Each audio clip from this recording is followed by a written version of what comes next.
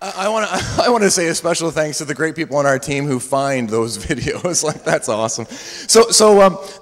Our message this morning will be based on the Beatitudes. This comes from the beginning of Jesus' Sermon on the Mount, Matthew 5-7. Beatitudes simply means blessing, and these very powerful words that Jesus offers, let me share them with you, and then I'll introduce our guest speaker this morning. Starting in Matthew chapter 5, verses 1-12. You can follow along on the screen behind me. These words are also in our bulletins this morning, as well as a section called Going Deeper that helps us reflect on this morning's message into this week. Starting at Matthew 5, verse 1. Now when Jesus saw the crowds, he went up on a mountainside and sat down. His disciples came to him, and he began to teach them. He said, "Blessed are the poor in spirit, for theirs is the kingdom of heaven. Blessed are those who mourn, for they will be comforted. Blessed are the meek, for they will inherit the earth. Blessed are those who hunger and thirst for righteousness, for they will be filled. Blessed are the merciful, for they will be shown mercy. Blessed are the pure in heart, for they will see God. Blessed are the peacemakers, for they will be called children of God. Blessed are those who are persecuted because of righteousness, for theirs is the kingdom of heaven. Blessed are you when people insult you, persecute you, and falsely say all kinds of evil against you because of me. Rejoice and be glad, because great is your reward in heaven. For in the same way they persecuted the prophets who were before you." May God continue to bless these words and our understanding of them, as well as our living of them out today. Friends, it is a great pleasure for me to introduce to you Reverend Harold Percy. Harold has a retired rector from Trinity Streetsville, Trinity Anglican in Streetsville, where he was the pastor, the lead there, and built a vital congregation that continues today. Harold is a husband, a father, a very proud grandfather. He is also a great friend and a mentor. I'm just so glad for him in my life and in our church's life. We are going to be blessed today. Please welcome Harold Percy.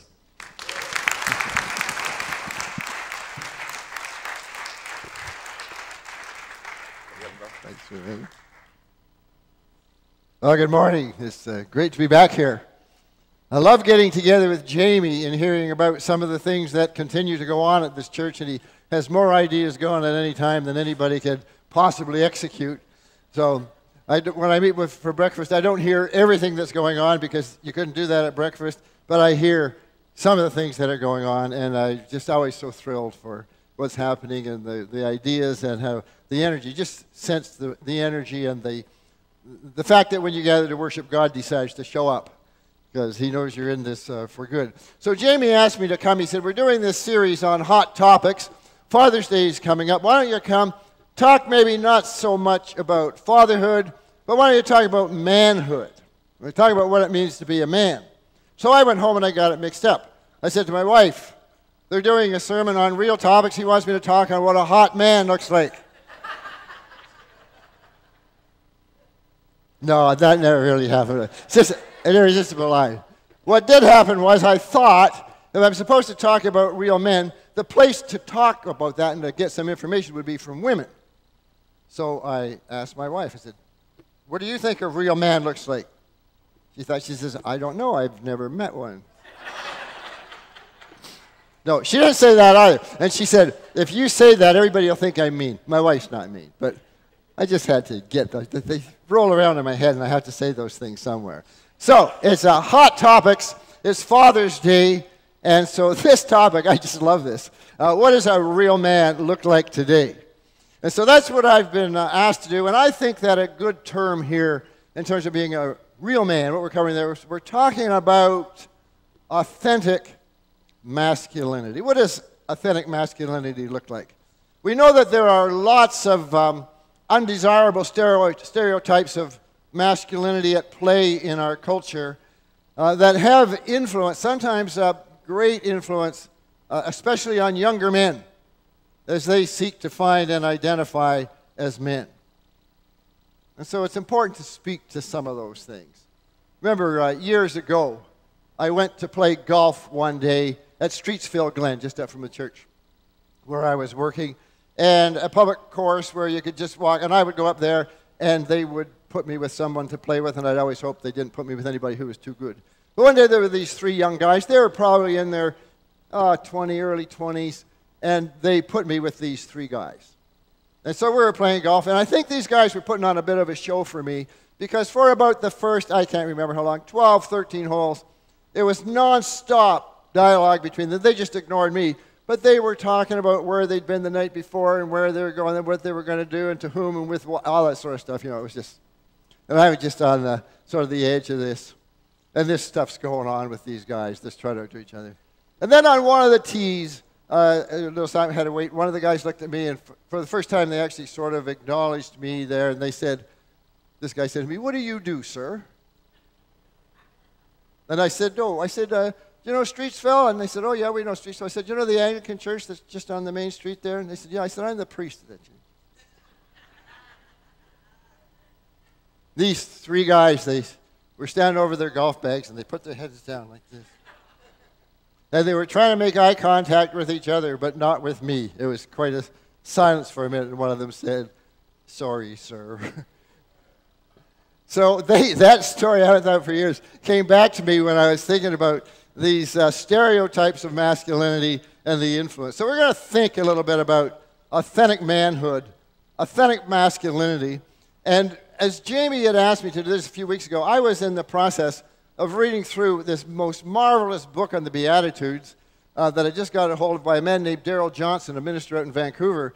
It's called The Beatitudes, Living in Sync with the Reign of God, or Living in Sync with God's Reign. It's the best thing I've ever read on the Beatitudes. I suggest, if you haven't let it sort of infiltrate here to your church, if you're in a small group, to have it read this thing together, or if you get up in the morning and read, inspirational, read this book. It's marvelous. Darrell Johnson, The Beatitudes, Living in Sync with God's Kingdom.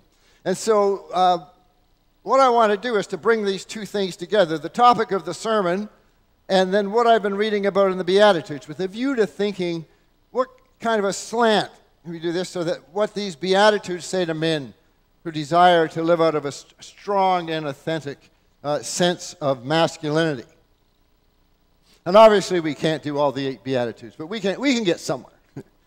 And so just as the introduction, Darrell Johnson's take on this, he says there are 8 Beatitudes. Jamie just read them, start with blessed are those who, so on. And what he says is they do not describe 8 different people.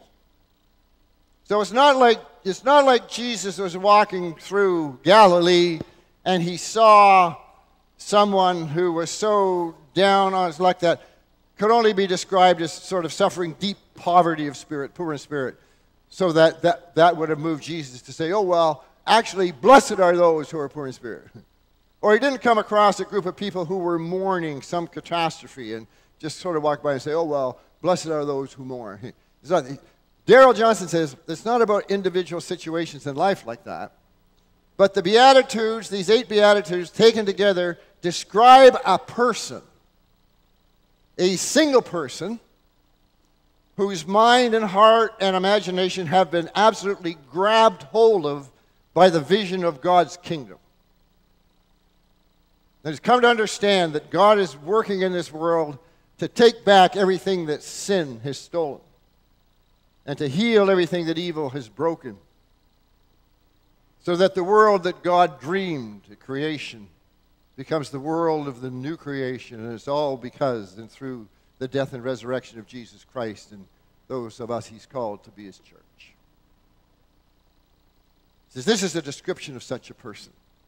This is what it looks like when God gets hold of a person's heart and starts changing them from the inside out. Saw Tim Day put on Twitter the other day, and one little thought, he says, deep spirituality is not sophisticated conversation. It's God transforming your core. So that's what we're talking about. And so these are this person who's getting a glimpse of the new life that God promises. So just to look at a few of these Beatitudes.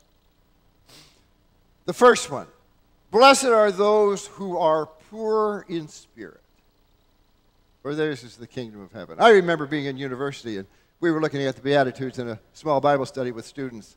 And I said, what do you think of these Beatitudes? And one of the students said, sound like a great con job to me. You take all the worst situations and say they're really good. It's just a con job. Blessed are the poor in spirit. The natural response, right?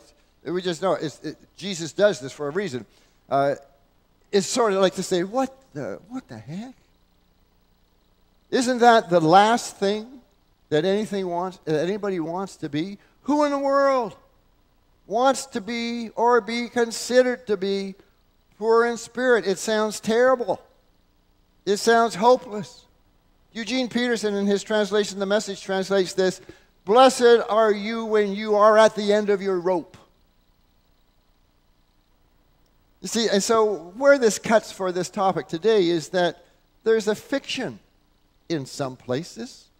I don't know that people really say it, but it's breathed in the air, the culture. There's a fiction that a real man has it all together. A real man can do it by himself. A real man is a self-made man. A real man knows it all. A real man has been taught never to admit weakness, never to admit fear. A public persona of being totally competent, always confident, no doubts. Jokingly sometimes seriously, we hear the slogan, fake it till you make it. Or the flip side, if you can't make it, fake it. A good Christian man one time told me, who started a ministry, don't show weakness. Don't show weakness. Don't give anyone an edge. Give the appearance of being in charge at all times, even if you're falling apart inside. It's a recipe for disaster, if I have ever heard one. The huge responsibilities of parenting, of trying to be a husband in such a fractured culture as this. To go with that sense of manhood, not only will it alienate you from others, it will alienate you from yourself and force you to distance yourself from God. But being poor in spirit, it's kind of like the song that Steve was just singing for us and had us to sing. It means that I can admit without shame that I'm in over my head most days of my life. In so far over my head in so many ways that I need help. I want to be a good man.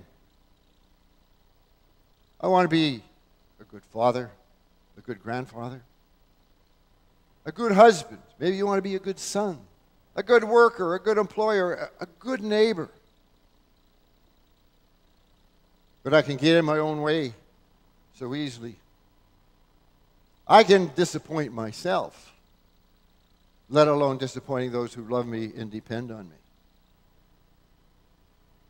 Not only in relationships with others, but in your own spirit.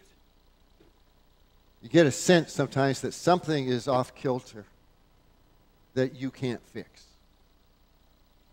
And then let alone whatever expectations others might put on you, you can't live up to the expectations you put on yourself. This is what St. Paul said when he was wrestling with this issue in the Epistle to the Romans. He's talking about law and sin and guilt and the human heart and all this, and he says, he finally comes to the point where he says, I find that the good that I want to do, time and again I don't do it. And the bad stuff that I say, I'm never going to do it again, I find I keep going back to it and doing it. And so he cries, he's actually writing this thing, and he cries out, who will rescue me from this? And then he pauses and he writes, the answer, thank God, is that Jesus Christ can and does. So, we're praying this morning about these things in this world. And when you're at this point, saying, I just don't have it all together, I can't do this on my own, and I need help, Jesus says, at that point, you are blessed. Because you know. You need help from others, and you need help from God. And you need to be able to move more deeply into God's revelation of how he calls us to live and the people he calls us to be. People who learn what it means to trust Christ and who are beginning to learn how to live the new life under the kingly rule of Jesus. Don't ever let anybody tell you that that's a sign of weakness. See it as a huge step forward in a journey of wisdom. The door to something so much healthier, so much more beautiful than anything you've ever dared to dream for yourself. And in the bargain, your wife and your kids will love you for it. They will say, my husband, our dad, he's a real man. Real men know when they're out of their depth. They don't strive to be independent. They learn to lead into God, who's their Father in heaven. So that's just a slant on a beatitude. You can take it all other kinds of ways, I think. Look at another one. Jesus goes on to say, blessed are those who mourn, for they will be comforted. And again, you go, there he goes. Jesus messes with your mind. Turns things upside down. So at the first and most basic level, here on Father's Day to look at this, I just joined Darrell Johnson. He says, maybe at the first level, this is just an acknowledgement how smart it is to just be aware of and be in touch with your emotions. Because a lot of men have been told that they don't cry. At least not in public. But it's healthy just to be able to say, I'm grieving, I'm mourning, and able to express that in a healthy way. Rather than keep them in because, you know what, I'm just as tough as granite. And nothing can bother me. So that's an important level, but obviously Jesus is going away different than this, because when Jesus calls people to come in under his kingly reign to the kingdom of God and to learn to live this new life following Jesus, one of the things that he wants to do that's so basic, he wants to teach us how to see the world through a different lens. It's about learning to see the world in contrast to the world that God dreamed at creation. We're aware of this broken world. We've talked about it in the service. How far it is from what God dreamed at creation. I think it was John Ortberg in one of his books said, sitting there in a cafe, looking out the window, I think in Chicago on a windy day, and seeing some homeless people in this rough neighborhood. And across the street was a woman bent and sort of looking through some garbage, or some various things. There's a man in a drunken stupor sitting on the sidewalk, leaning against the wall, sort of on a tilt, slumbered down. John Ortberg said, the horror of it just washed over him. He looked at that woman. He thought of the world God dreamt at creation. And he said, Eve, what happened to you?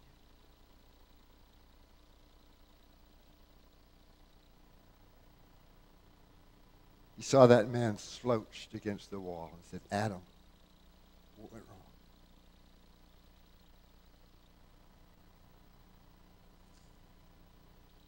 We talk about shootings, a massacre in a nightclub. They talk about a little boy snatched away by an alligator. They talk about terrorism all over the world, but there's a new lens for followers of Jesus, learning to see the world through the eyes of God, learning to feel the world through the heart of God. Still love that story of Bob Pierce in the 1950s visiting in Korea and seeing the streets literally filled with thousands of orphans, not being cared for, left by the Korean War, living in garbage dumps, foraging for food in alleys, sleeping wherever they could. He decided, we've got to do something. He founded World Vision with this prayer. May my heart be broken by the things that break the heart of God. And so, as followers of Jesus, we learn, we get transformed, that we look at the world. We have many responses, but we mourn. Darrell Johnson says, these are God's aching visionaries. Those are at a point where they mourn for the world and its distance from God, but who rejoice at the same time in the promise of a new creation. And we mourn for ourselves as well in our propensity to wander and weakness in living up to the truth we know. But comforted with the vision of the new creation and knowing that promise that if we confess our sins, God is faithful to forgive our sins and to cleanse us from all unrighteousness. He's able to help us stand. Real men know there's another way of looking at the world and themselves than the way the culture teaches us, and learn to see ourselves as citizens learning to walk in the new creation.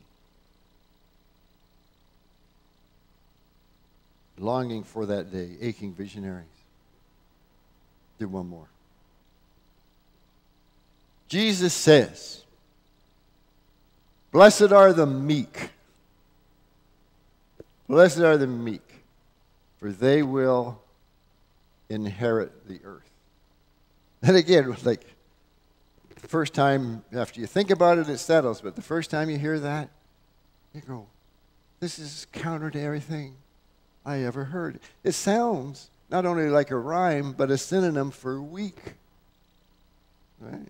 So how does this fit with real manhood? Well, as Darrell Johnson points out, it turns out, there's a little bit of trivia for you. It turns out that there are only two men in the whole Bible that are described as being meek. One is Moses, and the other is Jesus. So we get a clue here that this isn't talking about being a doormat and being a wimp. The meek are humble and gentle. They're not arrogant. They're not boastful. They're not pushy. They're not grabby. They're not demanding.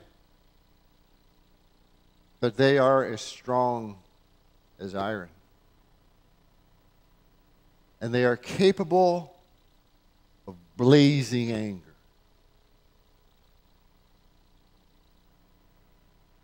Like Jesus. But not the flying off the handle when they get frustrated kind of anger. The meek know when to be angry. They know what to be angry about. And they know how to be angry. They are not afraid to confront, but they aren't destructive either. But they address wrongs wherever they find them. St. Paul said to such people, be angry, but do not sin. The meek don't retaliate or seek revenge. There are situations where it takes great strength and courage to restrain yourself from retaliating or hoping for vengeance, from becoming like the person that you're trying to help who's doing wrong. But inherit the earth. Partly it's about the future promise of being part of God's new creation. Living in sync with the reign of God. But it's not just something for the future. It's about now, it's about this day and all the give and take of our own lives and all the complications and roles and responsibilities. It's about walking in sync with Jesus and the kingly reign of God and learning in that way to enjoy life to the fullest. Knowing that the world offers a lot of illusions and empty promises, all of which are temporary. But the meek know a taste and a preview of what Jesus described as the abundant life. It's through the meek that the world gets turned right side up. Real men set that tone in their homes. Their homes are places of safety and refuge. Their homes are places where the family members delight in one another and speak with happiness and joy. Their families know that they are strong and courageous, but that they're tender and kind and gentle. They make their home a place of safety and refuge for those who love them and depend on them. The person who comes to that place where he can acknowledge that he needs help, poor in spirit, and who mourns and learns to mourn, can become very empathetic. It's the kind of person who becomes a meek person, who's able to join Jesus in the role of peacemaking, which is a whole other thing. Takes us deeper and deeper. So, authentic manhood. Just a few thoughts from the Beatitudes. But the Beatitudes are going beyond that, obviously. I think the Beatitudes are talking about authentic humanity. But on this day, authentic manhood's a good place to start.